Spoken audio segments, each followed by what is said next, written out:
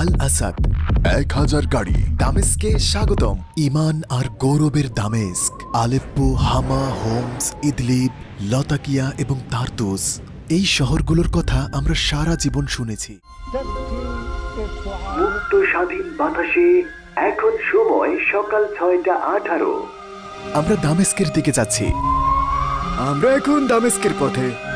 ইতিহাসের সূচনা কাল থেকে এটি বিশ্বের মানচিত্রে একটি অন্যতম কেন্দ্রবিন্দু হয়ে আছে। মানুষ খুব খুশি, তারা যেন এমন এক কারাগারে ছিল যেখানে ঘুরে বেড়ানো নিষিদ্ধ ছিল। এটাই দামেস্ক, বিশ্বের প্রাচীনতম জনবসতি। আমি দামেস্কে। যদিও এখন আমরা দামেস্কে এসে পৌঁছেছি এবং দামেস্কের রাস্তায় হাঁটছি, কিন্তু এখনো আমার বিশ্বাস হচ্ছে না দামেস্কে পালিয়েছে। সিরিয়া, যেখানে জনগণ স্বাধীনতা ও মর্যাদা ভোগ করে। আমরা এখানে থাকি তা কেউ বিশ্বাস করতে পারে না। সিরিয়া ফিরে এসেছে। একটি পরিবার ও একনায়কতন্ত্রের প্রায় 60 বছরের একটি জঘন্য রাজত্ব, যা ধ্বংস, বাস্তুচ্যুতি আর অবর্ণনীয় নির্যাতনের উপর টিকে ছিল, অবশেষে এলো এক গৌরবময় বিজয়। আর এ বিধ্বংস সিরিয়া ঘুরে দেখার এখনই সময়।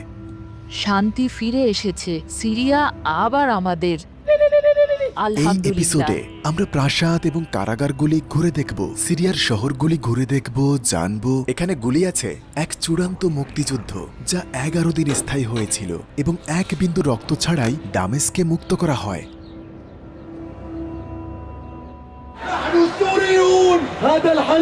সিরিয়া স্বাধীন। এই যুদ্ধের নেতা এবং কমান্ডার আহমেদ আল সারার সাথে একান্ত সাক্ষাৎকারে আজ আমরা কথা বলবো। কাউকে জোর করে তার বাড়ি থেকে তাড়িয়ে দেওয়ার শাস্তি কি জানেন? আমরা এই দেশ আবার একসাথে গড়ে তুলব।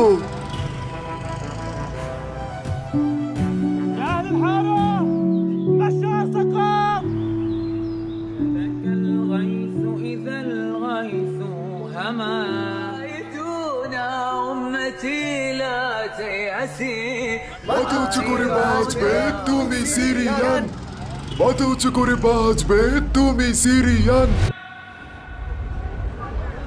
আমরা লেবানন হয়ে সিরিয়ায় প্রবেশ করব। ডলার এক্সচেঞ্জ করে সিরিয়ান লিরা নিয়েছি, মাত্র $200 এক্সচেঞ্জ করেছি। আমরা এখন সিরিয়া সীমান্তে আছি। দেখুন, ইনশাল্লাহ নতুন সিরিয়ার মুদ্রার মান সামনে আরও বাড়বে। আমরা এখন সিরিয়ায় যাচ্ছি। বিশ্বের অন্যতম দুর্বল মুদ্রাগুলোর একটি হলো সিরিয়ার লিরা। ইনশাল্লাহ এটা রিকভার করবে। আমরা এখন সিরিয়ায় প্রবেশ করেছি। এটি চেকপোস্ট। এটা হলো সিরিয়ার প্রথম চেকপোস্ট। এটা খালি, একদম ধ্বংস হয়ে গেছে। বিগত শাসন আমলের সব চামচারা এখান থেকে পালিয়েছে।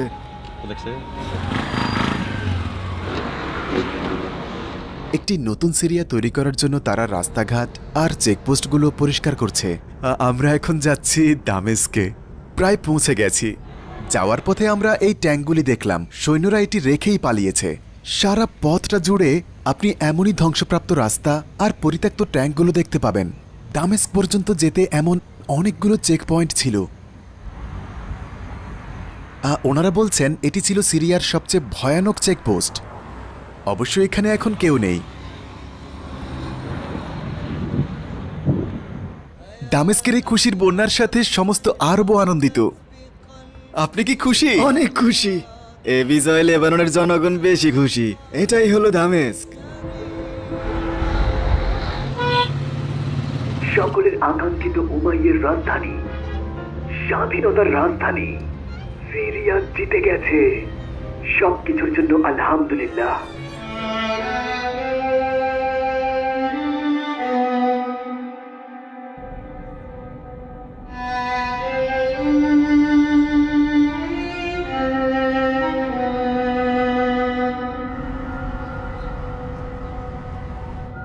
আমরা দামেস্ক থেকেই শুরু করব, যেখানে উমাইয়াদের জন্ম। আর আমরা উমাইয়া মসজিদ থেকে শুরু করব। এটা উমাইয়া রাজ্যের সবচেয়ে বড় প্রতীক।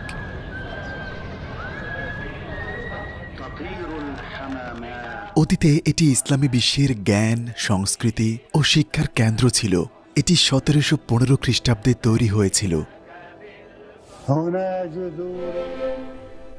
এটি দামেস্কের পুরাতন শহরের ঠিক মাঝখানে অবস্থিত আল হামিদিয়া বাজার, যা উমাইয়া মসজিদের পাশেই অবস্থিত। বাজারটি মাটির উপরে এই টানেলের মতো বানানো হয়েছে। সিরিয়ায় সূর্য উঠেছে। এটি 1780 সালে নির্মিত হয়েছিল।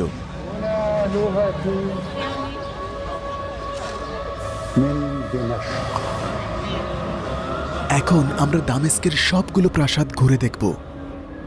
সে প্রায় 1300টি গাড়ির মালিক ছিল।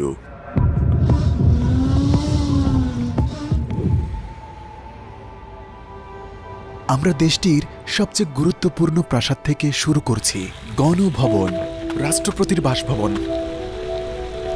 শহর অতিক্রম করে দামেস্কের একটি পাহাড়ের উপরে এই প্রাসাদের অবস্থান।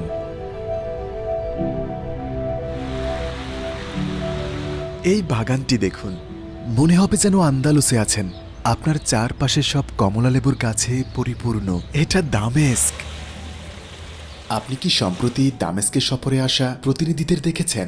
তারা এই প্রাসাদে এসেছিল। এটা হলো গণভবন। দেখুন বাইরে থেকে দেখতে কেমন, আর এটা হলো ভেতরটা।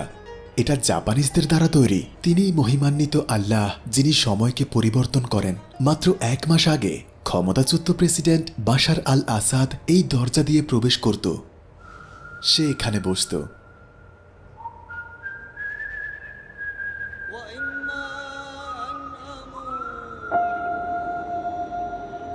এটা রাষ্ট্রপতি ভবনের গ্যারেজ, বাশার আল আসাদের ব্যক্তিগত গ্যারেজ। এই দিকেরটা তার ভাই মাহেরের গ্যারেজ। বাশারের গ্যারেজটা ওইদিকে, তার বোনেরটাও। এটা মূলত পারিবারিক গ্যারেজ। এখানে তার একার 1330টি গাড়ি আছে। এই গাড়িগুলো কিন্তু একটাও অফিসিয়াল ব্যবহারের জন্য নয়। মনে হতেই পারে এগুলো রাষ্ট্রপতির গাড়ি বহরে ব্যবহৃত হয়, কিন্তু না, কোনোটাই অফিসিয়ালি ব্যবহার হতো না, এমনকি গেস্টদের জন্যও না। 100 বছরেরও বেশি পুরনো অ্যান্টিক গাড়িও কিন্তু এখানে আছে। 110 বছর বয়সী রোলস রয়েসের মতো আর্লি এডিশনের গাড়িও আছে, জাগুয়ারও আছে, এমনকি বুগাটিস, ফেরারিস, ক্যামরিস। এগুলো কিন্তু রাষ্ট্রপতির কনভয়ের নয়, শুধুমাত্র তার ব্যক্তিগত বা শো অফের জন্য। এই গাড়িটি কিভাবে কাস্টমাইজ করা হয়েছে দেখুন, একেবারে স্বর্ণ দিয়ে সাজানো। সেগুলো কিভাবে কিন্তু জনগণকে নিঃস্ব করে তাদের টাকা এসব কিন্তু। আমি ব্রিগেডিয়ার জেনারেল ফাদি, সিরিয়ার জেনারেল ট্রাফিক পুলিশ অ্যাডমিনের পরিচালক। আমি এখন ক্ষমতাচ্যুত প্রেসিডেন্টের গাড়িতে আছি, দামেস্কিয়ান স্টাইলে ডিজাইন করা।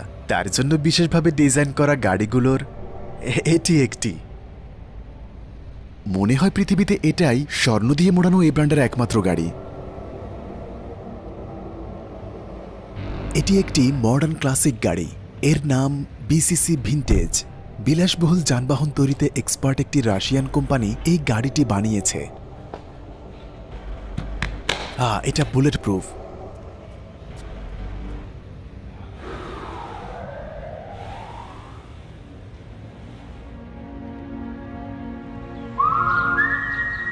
এটি দামেস্কে তার আরেকটি প্রাসাদ। দ্বিতীয় দিনে আমরা সাবেক রাষ্ট্রপতির গেস্ট হাউস দেখতে যাই।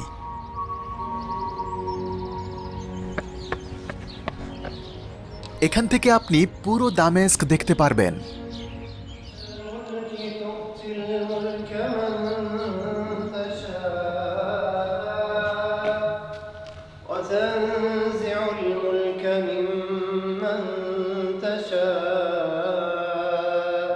وتعز من تشاء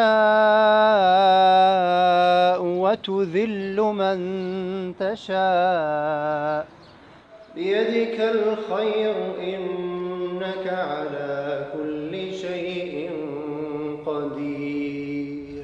এখন আমি তার প্রাসাদের ছাদের উপর দাঁড়িয়ে আছি। ওই যে ওখানে আগে রকেট লঞ্চার ছিল। সাধারণ মানুষকে কখনো কাসিউন পর্বতে উঠতে দেওয়া হয়নি। বাশার আল আসাদের প্রাসাদের ছাদে আছি। এটা কি ভাবা যায়? সিরিয়ানরা নয়, গোটা বিশ্ব এটা কল্পনা করতে পারেনি। আমার ভাবতেই শান্তি লাগছে যে সিরিয়া এখন নতুন পথে হাঁটতে যাচ্ছে। যে প্রাসাদের ছাদে আমরা দাঁড়িয়ে, সে একজন অপরাধী যার জন্য আপনি সর্বহারা।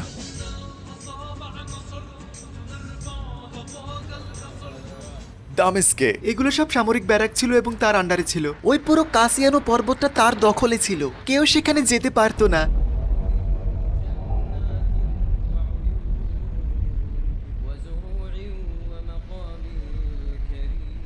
দামেস্কের সবচেয়ে উঁচু জায়গায় তার বাড়ি। তারা দরজার সামনে তার ছবি লাগিয়েছে। এটা তার গ্যারেজ। তার গাড়িতে কোনো বিস্ফোরক লাগানো আছে কিনা তা পরীক্ষা করার জন্য এই ডিভাইসটি ব্যবহার করা হতো।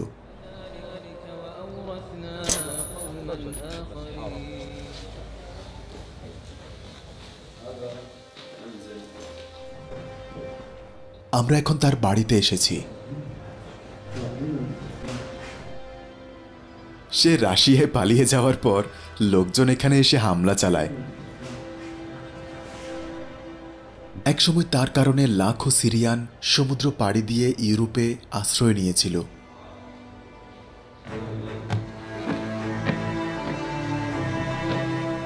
এটি দ্বিতীয় তলা এবং উপরে আরও 2 তলা আছে।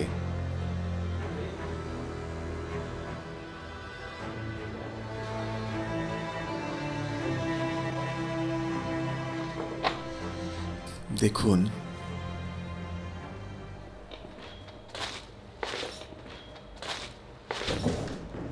বাড়ির নিচে একটি টানেলও আছে। এই দরজাটি অন্যদিকে খোলে, একটু পরে সেখানে যাব। এটি পলাতক রাষ্ট্রপতি বাশারের বাড়ি, আর এটা তার বাবার বাড়ি। এগুলো তার বাবার জিনিস। এটা কি তার ছবি? হ্যাঁ, এটা হাফেজ আল আসাদের বাড়ি। এটা হাফেজ আল আসাদের বাড়ির ভেতরের টানেল। এটা বাশারের বাড়ির পাশেই।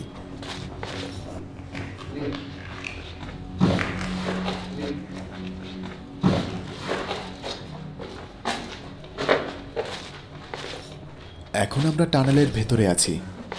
এখানে এগুলো কিসের চিহ্ন? এখানে টানেলের রুটের জন্য এই চিহ্নগুলো আঁকা হয়েছে।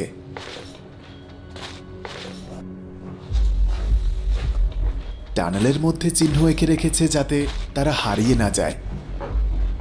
টানেল, মাটির নিচে হল এবং আরো অনেক রুম আছে, যা দেখতে আমরা আরো ভেতরে যাচ্ছি। আমরা কোথায় যাচ্ছি? এই জায়গাটা সত্যিই খুব ভয়ঙ্কর। এটা মাটির নিচে অনেক গভীরে। বাড়ির এক্সিট। আপনি সত্যি এখানে হারিয়ে যাবেন। এই যেন গোলক ধাঁধা। মাটির নিচে যেন এক আস্ত শহর। এটি একটি স্টোরেজ রুম ছিল। এটা ব্লুপ্রিন্ট, এই টানেলের নকশা।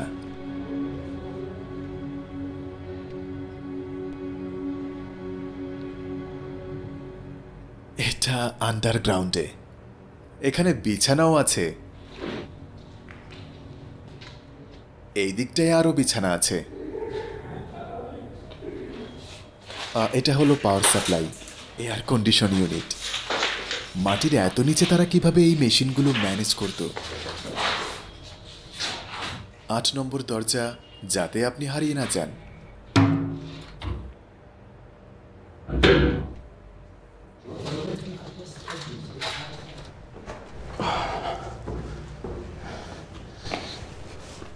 এটা তো বেশ বড় হল। এটা দামেস্কিয়ান হল। আমরা টানেল দিয়ে প্রবেশ করে অন্য একটি বিল্ডিং দিয়ে বেরিয়ে পড়লাম। এটা দামেস্কিয়ান হল। এই হলটি আসলেই বিশাল।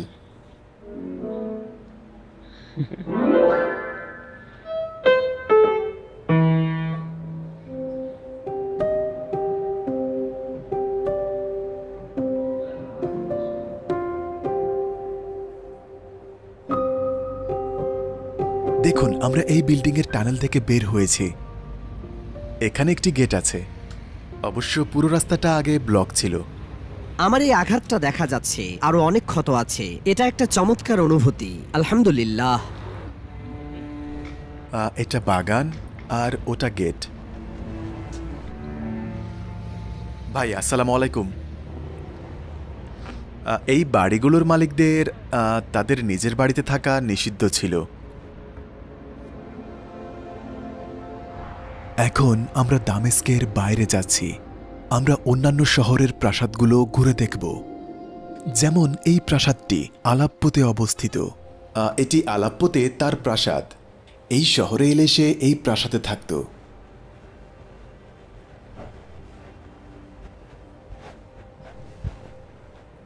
চলুন উপরে যাই। وكل دروب الحب توصل إلى حلب আসাদ বিরোধী বিদ্রোহীরা আলাপ্পোতে আসার পর এই প্রাসাদে প্রথম প্রবেশ করেছিল। দখলে নেওয়া এটিই ছিল প্রথম শহর। এটা হলো বেডরুম।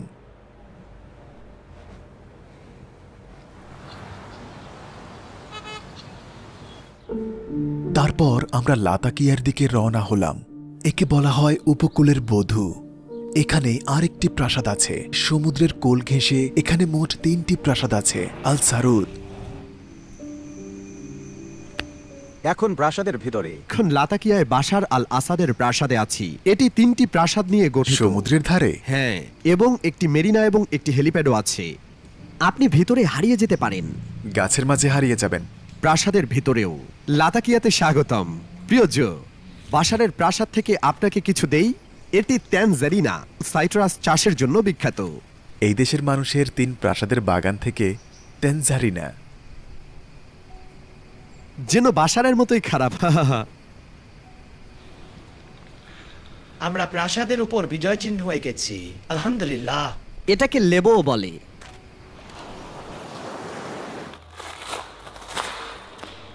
এটা ভূমধ্য সাগরের তীরে। আমরা আলেপ্পো এবং দামেস্কে যতগুলো প্রাসাদ দেখেছি তার মধ্যে প্রাসাদটি সবচেয়ে বড়। এখানে 100-রও বেশি মানুষকে হোস্ট করা যাবে। আর এটা উপকূল বরাবর প্রসারিত।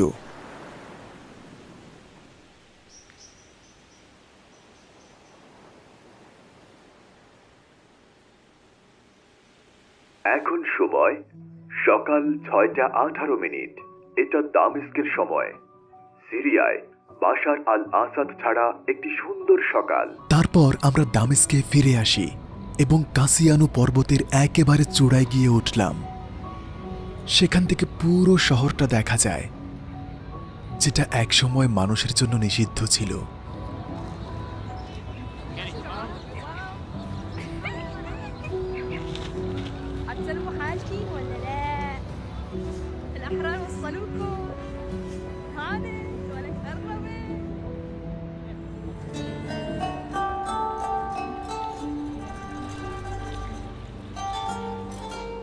এই হোটেলে চাইলে আপনি থাকতে পারবেন।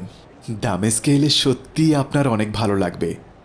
দামেস্ক নিয়ে আপনার চিন্তাগুলো অবশ্যই কমেন্ট করে আমাকে জানাবেন। এটি দামেস্কের একটি পুরনো বাড়ি। দামেস্কে দেখুন, হ্যাঁ, মনে হচ্ছে যেন কোনো সিরিয়ান টিভি শোতে আছি। ও আপনাকে কফিও পরিবেশন করবে। আমরা এখানে একটা রুম নেব আর শান্ত পরিবেশে ঘুমাবো। এই যে দেখুন দেখুন দেখুন, চমৎকার। ও আল্লাহ, দেখুন দামেস্ক, স্বাধীন সিরিয়া। এটা ভাবা যায়। সত্যি অসাধারণ। তারা আমাদের বলেছিল এই বাড়িটি 300 বছরের পুরনো এবং এটি যে জমিতে নির্মিত হয়েছে তার বয়স 6000 বছর।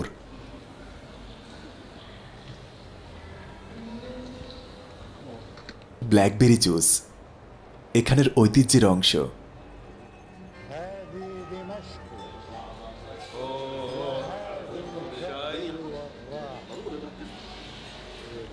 সিরিয়ার স্বাধীন। দেখাও ক্রিমের সাথে এটি লাভ নিয়ে।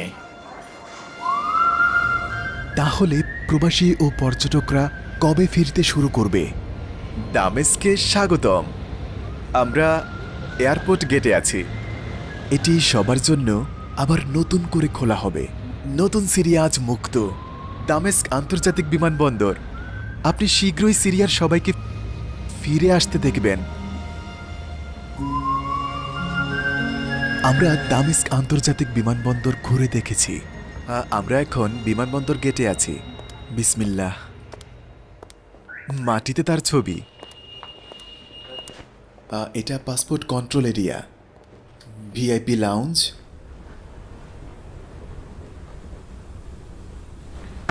আমরা এখন দামেস্ক আন্তর্জাতিক বিমানবন্দরে আছি, রানওয়েতে।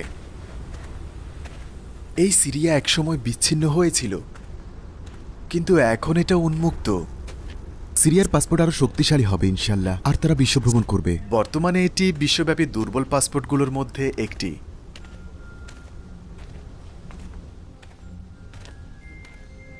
আপনি যখন দামেস্কে অবতরণ করবেন তখন আমরা আপনাকে বলতে চাই আল্লাহর নামে আপনাকে স্বাগতম। বিমানবন্দর ফাঁকা, যাত্রীবিহীন বিমানবন্দর।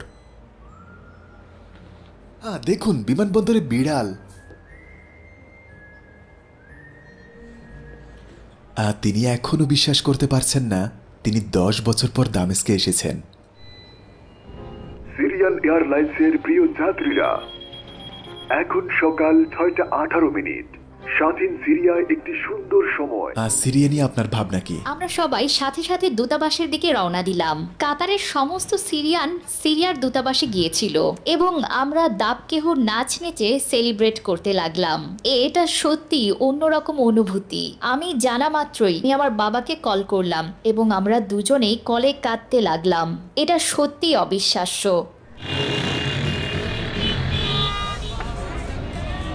সবাই সেলিব্রেট করছে। পুরো সিরিয়ার সাথে আজ আরব বিশ্ব খুশি।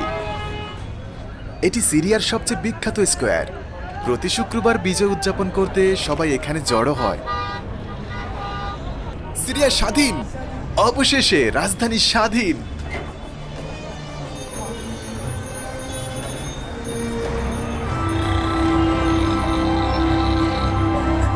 মানুষ কতটা আনন্দিত দেখছেন। এটি মোটেও সাধারণ দিন নয়। পুরো সিরিয়া নতুন সাজে সেজেছে। ইয়া আল্লাহ, এই অত্যাচারের পতনের জন্য আমরা প্রায় 60 বছর অপেক্ষা করেছিলাম। আল্লাহকে ধন্যবাদ, শহীদদের রক্ত বৃথা যায়নি। এখন আমরা আমাদের ঐক্য প্রমাণ করতে চাই, দেখিয়ে দিতে চাই আমরা একটি স্বাধীন সৈন্য বাহিনী। আমরা একসাথে এই দেশ গড়ব। তারা একসাথে এই দেশ গড়বে। ধন্যবাদ। আপনাকেও ধন্যবাদ। ইয়া আল্লাহ, আমি কোনো দেশে এমন সেলিব্রেশন দেখিনি।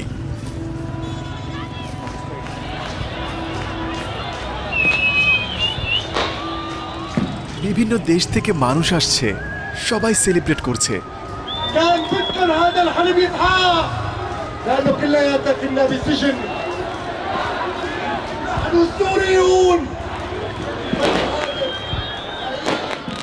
বারো লাখ মানুষ বাস্তুচ্যুত। সাথে আমরা সারা বিশ্বে ছড়িয়ে পড়েছি। যেখানেই যান না কেন সিরিয়ান পাবেন। সত্যি বলতে প্রতিটা দেশেই সিরিয়ান খুঁজে পাবেন। এখন সবাই ফিরতে পারবে। 14 বছরে এই প্রথম আমরা একত্রিত হলাম। এ এক অদ্ভুত অনুভূতি, আসলে ভাষায় প্রকাশ করার মতো না।